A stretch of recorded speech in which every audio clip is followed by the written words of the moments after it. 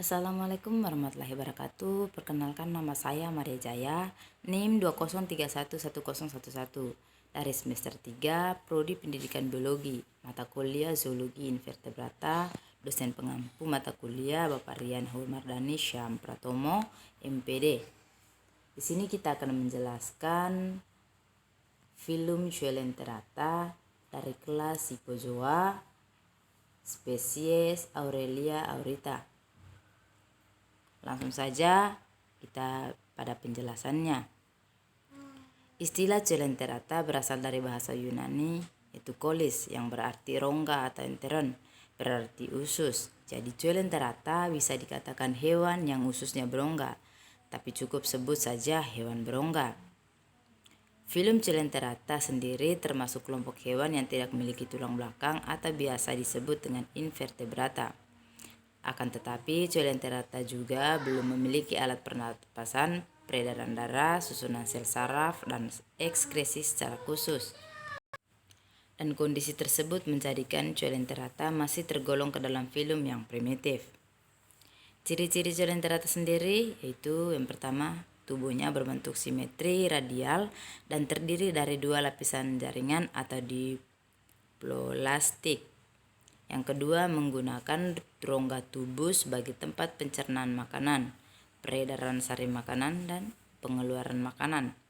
Yang kedua, mempunyai tentakel disertai zat beracun yang mengandung kapsul penyengat untuk bertahan hidup. Yang ketiga, umumnya merupakan karnivora atau hewan pemakan daging, namun tidak aktif atau mengejar mangsanya. Yang keempat, habitatnya berada di perairan, baik di perairan tawar maupun laut. Di sini kita pilih kelas Scyphozoa. Ciri-ciri Coelenterata pada kelas Scyphozoa: bentuk tubuh menyerupai mangkuk atau cawan, berbalik sehingga seringkali disebut dengan ubur-ubur mangkuk. Hidup dengan dua bentuk, yaitu medusa dan polip, namun bentuk medusanya lebih mendominasi. Yang ketiga, diameter tubuh dapat mencapai 2 meter. Yang keempat, memiliki kelenjar kelamin atau gonad yang terdapat dalam jantung kantung ruang garis kum. Yang kelima, hidup di perairan laut. Morfologinya dari ubur-ubur sendiri itu rata-rata ubur-ubur mempunyai ukuran tubuh relatif kecil, yaitu antara 2 sampai 40 cm. Namun ada beberapa spesies yang ukurannya sangat besar hingga mencapai 1 atau 2 meter. Salah satu contoh spesies ubur-ubur raksasa adalah surai singa dengan nama latin Cinae caplilata. Habitat ubur-ubur sendiri, ubur-ubur merupakan biota laut yang dapat ditemukan di kawasan perairan seluruh dunia, baik pada laut ataupun samudra. Selain jumlah spesies yang sangat banyak, ubur-ubur juga mampu bertahan hidup di perairan air hangat, laut tropis, dan juga perairan yang sangat dingin di wilayah kutub selatan dan kutub utara. Sistem pencernaan dan ekskresi dari ubur-ubur sendiri itu, Scyphozoa mendapat makanan dengan berbagai cara: predasi atau berburu mangsa, menyerap zat organik yang larut di air, menyaring partikel makanan di air, dan mendapatkan nutrisi dari alga simbiotik di dalam selnya.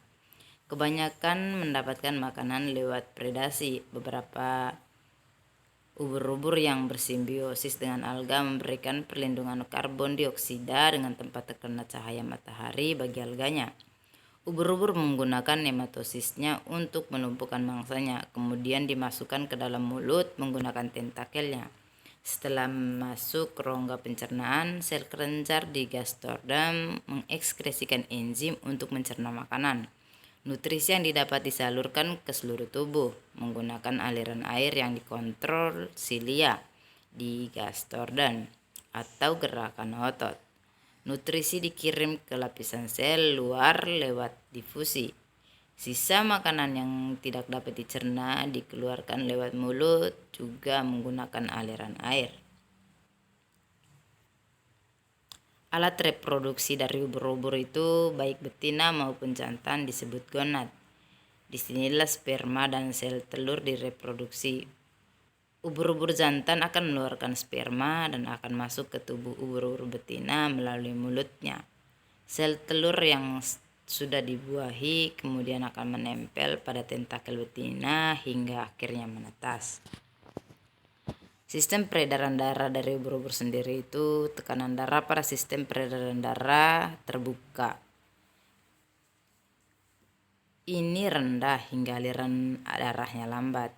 Ini karena peredaran darah terbuka dibantu oleh gerakan otot tubuh hewan. Peredaran darah terbuka sesuai dengan hewan kecil yang memiliki metabolisme rendah dan sistem organ lainnya tidak terlalu aktif. Manfaat dari ubur-ubur itu sendiri yang pertama, kaya antioksidan. Adanya polifenol cukup tinggi yang merupakan antioksidan dalam ubur-ubur sangatlah bernutrisi bagi tubuh. Yang kedua, sumber selenium. Yang ketiga, tinggi kolin. Yang keempat, sumber kolagen. Yang kelima, potensi turun tekanan darah. Namun di sini kawan-kawan, tidak semua ubur-ubur itu dapat dimakan. Adapun ubur-ubur yang beracun dan tidak dapat dikonsumsi. Di sini ada taksonominya. Yang pertama, kingdom dari ubur-ubur itu Animalia. Filmnya Coelenterata, kelas Scyphozoa, ordo Semaustomae, family Ulmaridae, genusnya Aurelia, spesies Aurelia aurita. Itu saja penjelasan dari saya, teman-teman. Mohon maaf jika ada kesalahan kata. Dan assalamualaikum warahmatullahi wabarakatuh dan selamat siang.